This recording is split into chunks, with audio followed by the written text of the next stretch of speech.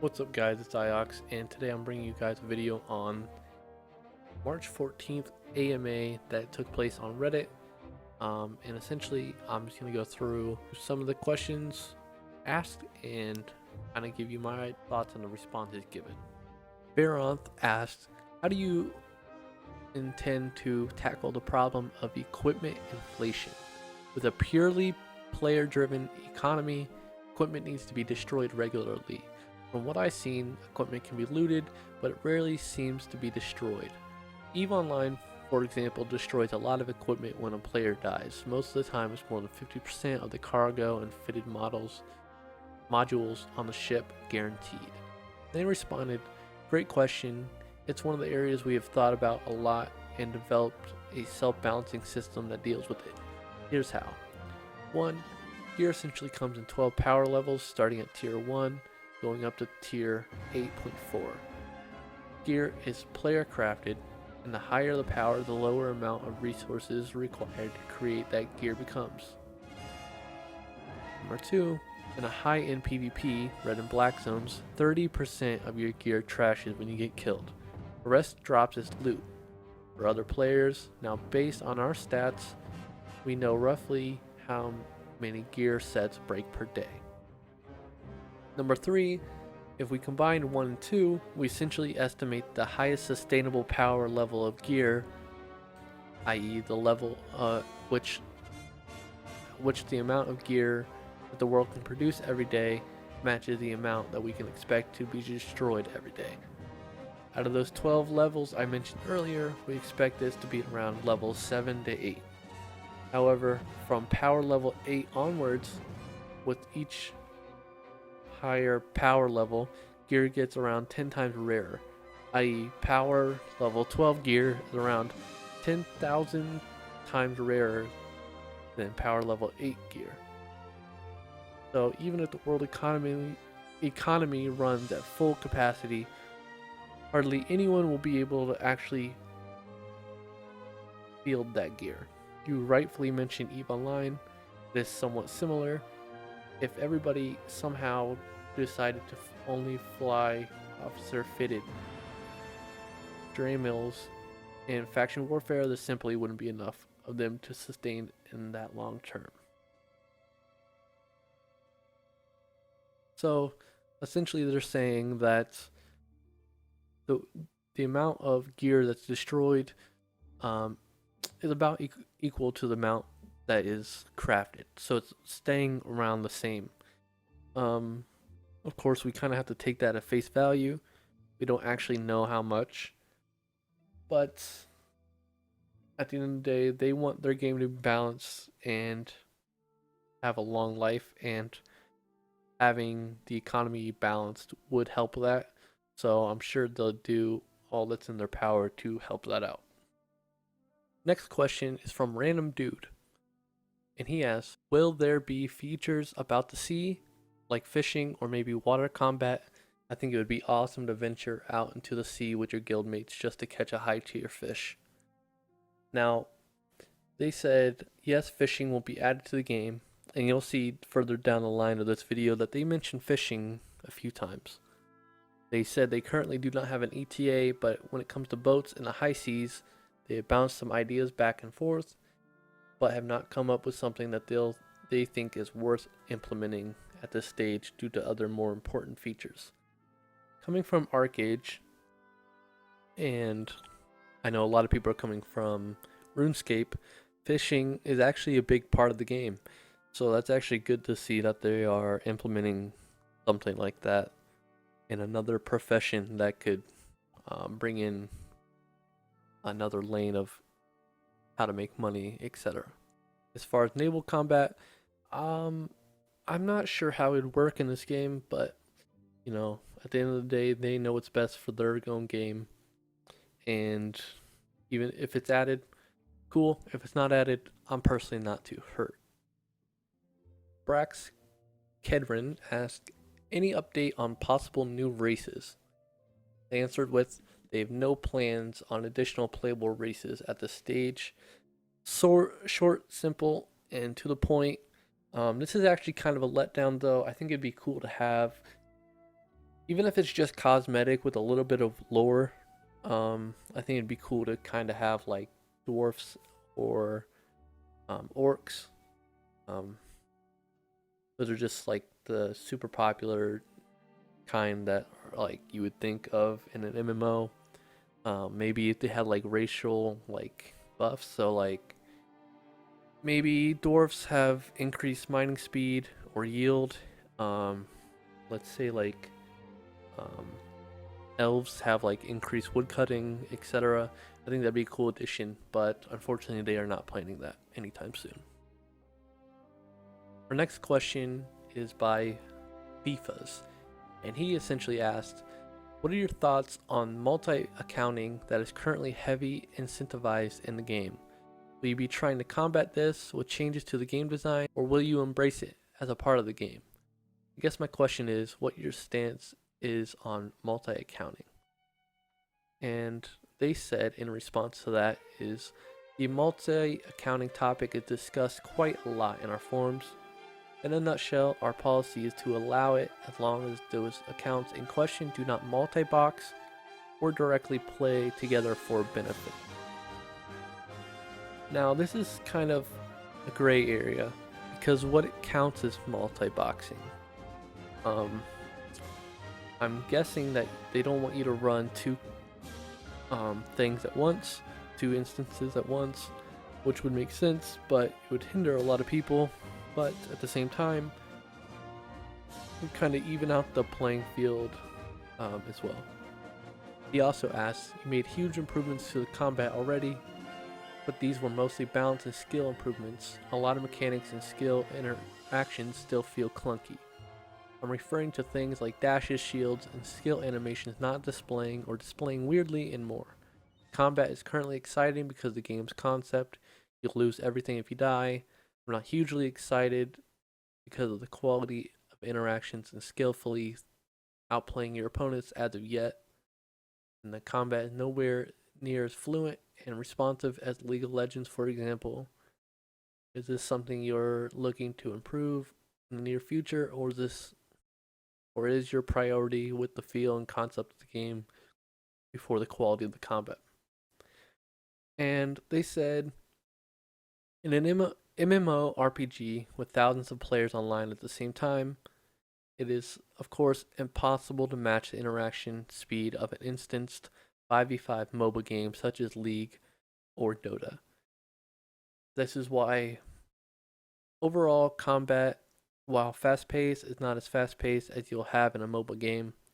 Its cool thing about it is it makes combat more tactical and less twitch-based, which is something they like.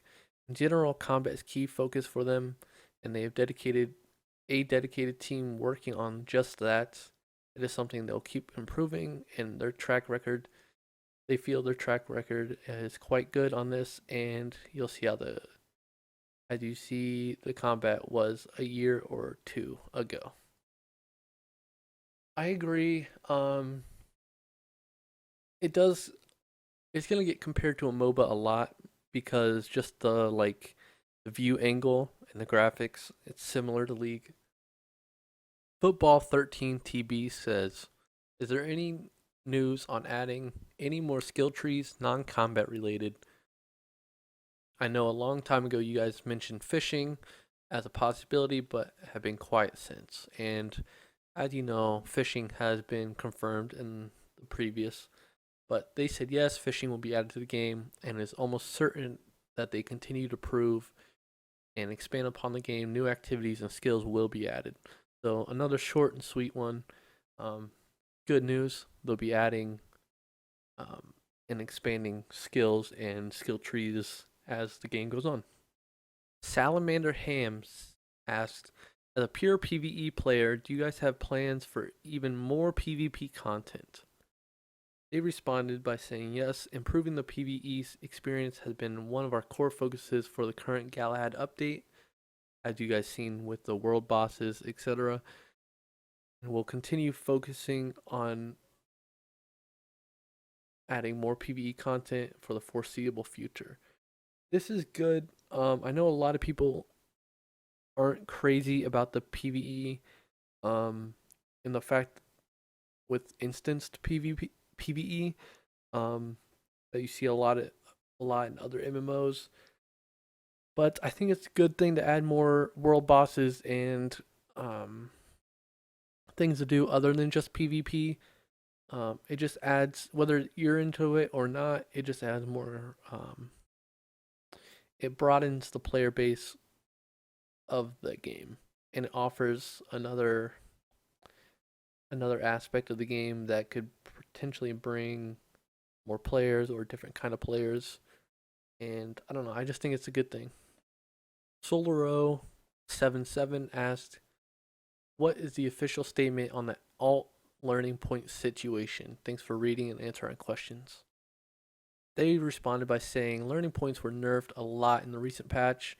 Also, you can only use them after having unlocked a certain amount of fame first, so no progress skipping is able to happen anymore. Salamander Ham asked, "Will we ever be able to grow crops and raise animals on our guild islands, or will that stay exclusive to personal islands?" They responded with saying they have no plans to add farms to guild islands, as it can be exploited quite easily by creating a guild, getting an island, everybody leaving the guild, and keep repeating that, and then share access to other players, so you can have basically infinite islands. Um, they went on to say they are not saying that there couldn't be mechanics to prevent, restrict this type of abuse, but it is not as easy as it might appear, and it would take a lot of precious dev time away from the important features for now. I kind of understand where they're coming from. I think there is a couple workarounds that they could do. I think that like guilds, if it has less than 5 players, maybe it gets disbanded. I don't really see an issue with that. They can make it so there's like a cooldown, so you have to wait 24 hours or 48 hours to join a new guild. That would kind of limit what people do. Next question is by Chris, and he asked, "Is there any chance for owning boats? From fishing to pirating seems like a great environment to play as a pirate, and that sort if that sort of route is available." And they responded, as previously, fishing will be added to the game. Now, this is a question that I'm actually glad got asked, and Naya Jabai asked, "Any chance of you hosting a C server or Australian server? If Path of Exile can do it since the start, I think you can too." They responded by saying, "In Albion Online, everybody shares the same game world. It's just one giant server, and we see that as a core strength of the game. Unfortunately, this makes it impossible for us to host a server specifically for C unless we want to deviate from our vision." I kind of like the fact that it's only one server. I think it's cool that you have all different types of people um, around the clock working and playing together. But I can see how it's annoying for, let's say, I'm not sure where the server's hosted, but let's say, since they're in Germany, an American player would have gripes with the ping or vice versa. Garrett Jordan asked, "Will the player character models get a graphical revamp before release?" They responded with, "They have no plans to do this. Keep in mind that the game is usually played zoomed out, and admittedly, the character creator does not seem too good. That's something we will need to polish going forward, and it can lead to a bad impression." I think the graphics themselves are cool, but I would like to see character models get revamped, as stated. But it is what it is. I'd rather have cool features than groundbreaking graphics. Just how I am. You may be different. That's perfectly fine. There's games out there. Nevelopo asks, "Will you ever move away from the silver purchase for real money? It really does demotivate me and all my friends that someone that has a bigger wallet can just buy his weight of riches. Buy silver in seconds and then trade it with real players for gear, gold, etc. When me and my friends have to work for hours upon hours and we are still not even close to the one that buys his way to victory. They responded by saying, "Our business model is loosely inspired by the one used in EVE Online. The only way to get in-game currency silver is by playing the game.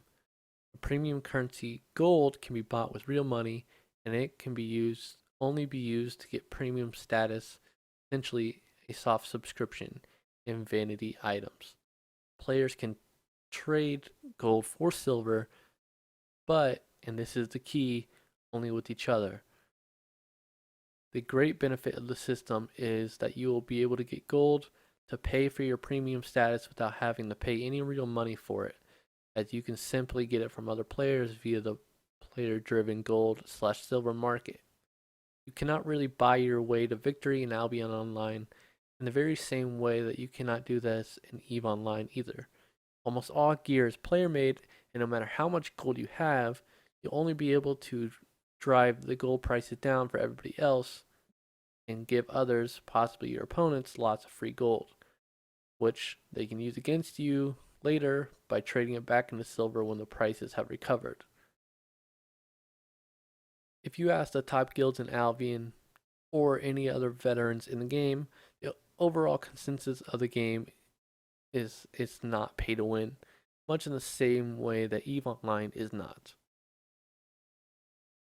So while you can basically buy gold and trade it into silver, there's only ever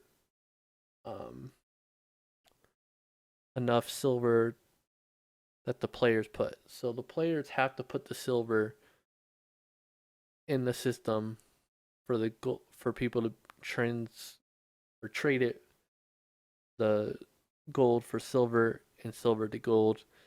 So they're not generating silver automatically for real money. I get how this can be off-putting, but at the same time, you still have to level up to even use high-level gear. So I think that also helps. But I get what their concern is, but at the same time, I don't really see it as an issue. And with that, guys, that is the end of this video. If you like this, leave a like. If you don't, dislike it or tell me why in the comments. I love getting comments, and I try to respond to every single one of them. And yeah, so hope you guys enjoyed the video. Gameplay will be happening tomorrow. That's when I can get in. And yeah, so thank you guys so much for watching, and I'll see you next time. Peace. Percocet, Miley Percocet, Percocet, Miley Percocet.